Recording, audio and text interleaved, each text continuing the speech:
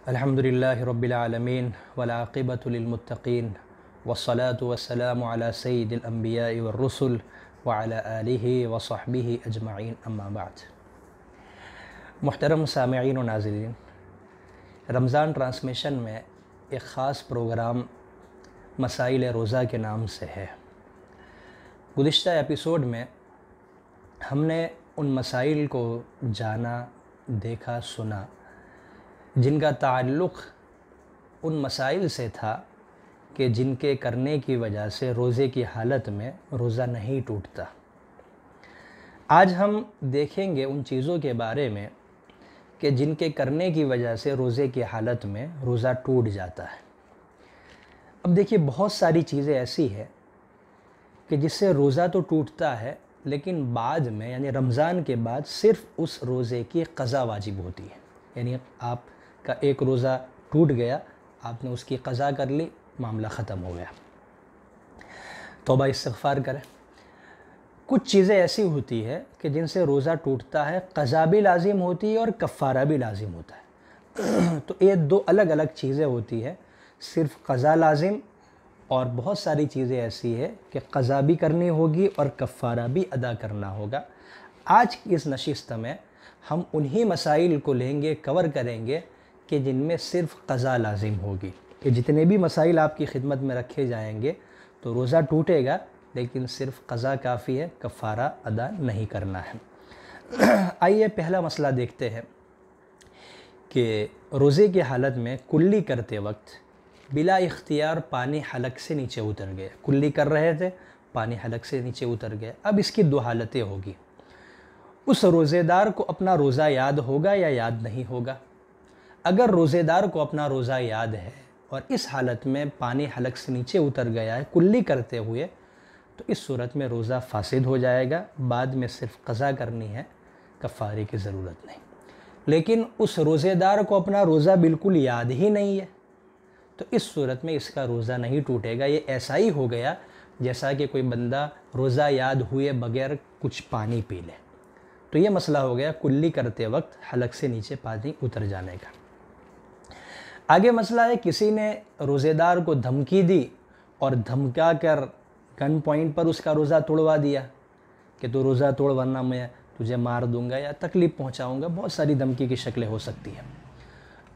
तो धमकी के नतीजे में अगर रोज़ेदार ने रोज़ा तोड़ा है तो इस सूरत में भी सिर्फ़ क़ज़ा लाजिम होगी, कफ़ारे की ज़रूरत नहीं, यानी कफ़ारा लाजिम नहीं होगा। आगे है कि रोज़े की हालत में पत्थर खा लिया, पत्थर का टुकड़ा खा लिया, मिट्टी खा ली, कोई कंकर खा लिया, कागज़ खा लिया, घास फूस खा ली, यानी ऐसी चीज़ें जो आदतन खाई नहीं जाती, ये चीज़ें खाई है तो इनके हलक से नीचे उतरने की वजह से भी रोज़ा टूट जाएगा। सिर्फ़ क़ज़ा लाजिम होगी, कफ़ारा नहीं। आगे चलते हैं, मसोड़ों से खून निकला। अब ये देखा जाएगा कि वो खून ज़्यादा था या कम था। किस तरह देखेंगे कि खून अगर थूक पर गालिब था और वो अंदर चला गया तो रोज़ा टूट जाएगा। बराबर था, अंदर चला गया तो भी रोज़ा टूट जाएगा। लेकिन वो खून जो है वो थूक से बहुत कम था, यानी बहुत मामूली सा खून निकला था। थूक खून पर गालिब है तो इस सूरत में उसके उतरने की वजह से रोज़ा नहीं टूटेगा। एक मसला है इन्हेलर के इस्तेमाल का, जो हज़रात दमा की बीमारी के मरीज़ होते हैं उनके लिए ज़रूरी होता है। तो देखिए, हमने ऑक्सीजन में तो ये बात कही थी कि उससे रोज़ा नहीं टूटता, इसलिए कि उसके ज़रिए सिर्फ साफ़ सुथरी हवा अंदर दाखिल की जाती है। इन्हेलर का मसला जो है उससे मुख्तलिफ है।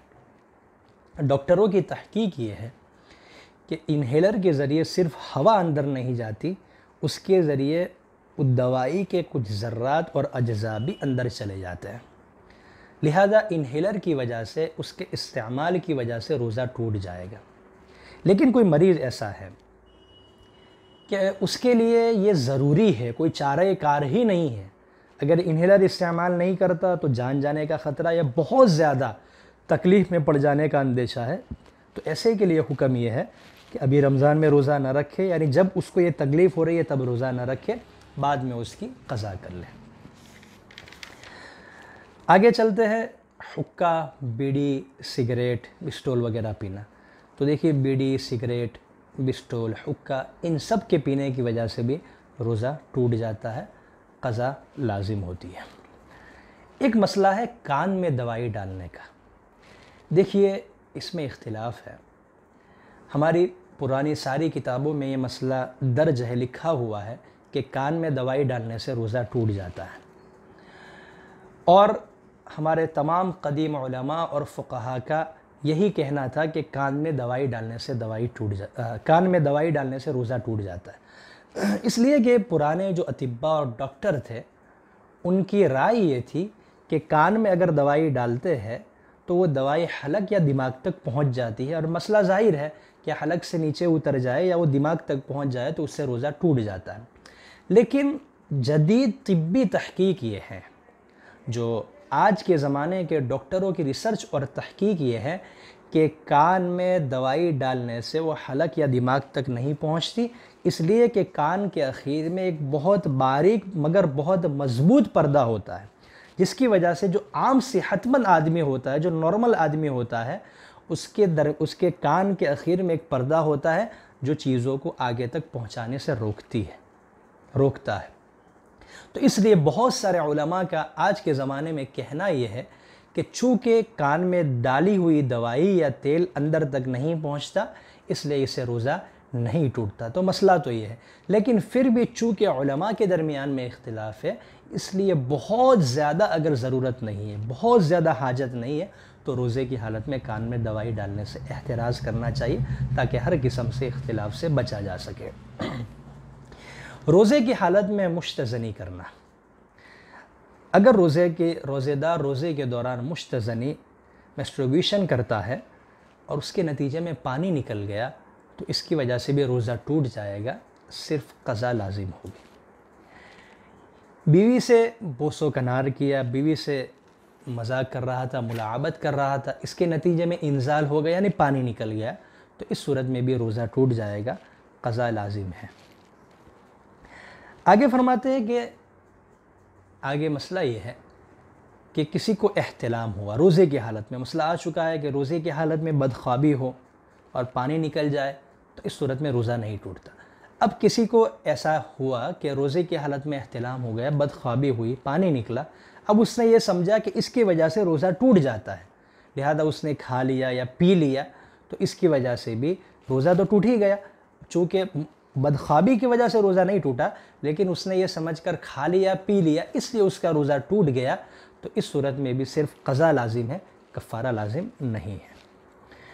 देखिए किसी की आँख सहरी के वक्त खुली, सहरी के ख़त्म होने के बाद खुली, और उसने ये समझा कि अभी सहरी का वक्त बाकी है और उसने कुछ खा लिया, पी लिया, तो जाहिर बात है कि सहरी का वक्त ख़त्म होने के बाद उसने कुछ खाया है, पिया है, तो उसका रोज़ा तो नहीं होगा, लेकिन बाद में सिर्फ उसको क़ज़ा करनी है, कफ़ारे की ज़रूरत नहीं। इस तरह इफ़्तार में शक हो गया, आसमान में बादल छाए हुए थे, अब्र थे, और उसको ऐसा महसूस हुआ, किसी रोज़ेदार को ऐसा लगा कि गुरूब आफ्ताब हो चुका है, यानी सूरज गुरूब हो चुका है। सूरज का गुरूब होना है, रोज़ा खुलने का वक्त है, इफ़्तार का वक्त है, लिहाजा उसने रोज़ा इफ़्तार कर लिया। हालांकि सूरज गुरूब नहीं हुआ था, यानी अभी रोज़े का वक्त नहीं हुआ था। तो जाहिर बात है कि रोज़े का नाम है सुबह सादिक से लेकर गुरूब आफ्ताब तक मुकम्मल इन चीज़ों से बचने का। अब उसने उससे पहले ही खा लिया या पी लिया, तो इस सूरत में उसका रोज़ा टूट जाएगा, बाद में सिर्फ क़ज़ा कर ले। देखिए किसी ने भूल से कोई चीज़ खा ली या भूल से कोई चीज़ पी ली, मसला आ चुका है कि भूल से खाने और पीने से रोज़ा नहीं टूटता, लेकिन भूल से खाने और पीने के बाद ये समझा कि मेरा रोज़ा टूट गया है, अब जानबूझकर खा लिया, तो इससे रोज़ा टूट जाएगा, सिर्फ क़ज़ा लाजिम है, कफ़ारा लाजिम नहीं है। कोई बंदा रोज़े की हालत में बहुत ज़्यादा बीमार हो गया, सख्त बीमार हो गया, और सख्त बीमारी की वजह से उसने रोज़ा तोड़ दिया, तो रोज़ा टूट जाएगा, सिर्फ क़ज़ा लाजिम है, कफ़ारे की ज़रूरत नहीं है। मुसाफिर ने सफ़र की हालत में रोज़ा रखा, तो अब चाहिए था कि इस रोज़े को पूरा करे, लेकिन उसके बावजूद उसने रोज़ा तोड़ दिया, तो रोज़ा टूट गया और बाद में उसकी क़ज़ा कर ले। देखिए नक्सीर फूटी किसी इंसान की, रोज़ेदार की, अब नक्सीर का खून नाक से हलक में चला गया और उससे नीचे उतर गया, तो इस सूरत में भी रोज़ा टूट जाएगा खून के हलक से नीचे उतरने की वजह से, और क़ज़ा लाजिम है, कफ़ारे की ज़रूरत नहीं है। रोज़े की हालत में जानबूझकर क़ै करना, वॉमिटिंग करना, पहले मसला आया था कि रोज़े की हालत में बिला इख्तियार खुद ब खुद आप अगर क़ै हो रही है तो चाहे थोड़ी हो चाहे ज़्यादा हो, इससे कोई मतलब नहीं, उससे रोज़ा नहीं टूटता। लेकिन अगर किसी बंदे ने जानबूझकर इख्तियार से बिल इख्तियार क़ै की, तो इस सूरत में ये देखा जाएगा कि अगर वो क़ै मुँह भर कर है, यानी बहुत ज़्यादा हुई है, तो इस सूरत में उसका रोज़ा जाता रहेगा, क़ज़ा लाजिम हो।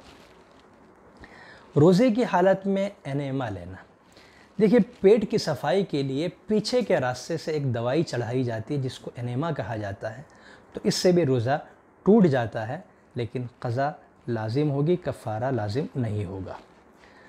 जो लोग बवासीर के मरीज़ हैं, तो बवासीर के मरीज़ के जो अंदरूनी मस्से होते हैं उनमें दवाई लगाना, उनमें दवाई पहुंचाना, मरहम लगाना, तो इससे रोज़ा टूट जाएगा। लेकिन जो मस्से बाहर की तरफ है, अंदरूनी नहीं है, बाहर है, बैरूनी जो है, उस पर दवा और मरहम लगाने की वजह से रोज़ा नहीं टूटेगा। इसमें भी यही मसला है कि बाद में क़ज़ा लाजिम होगी।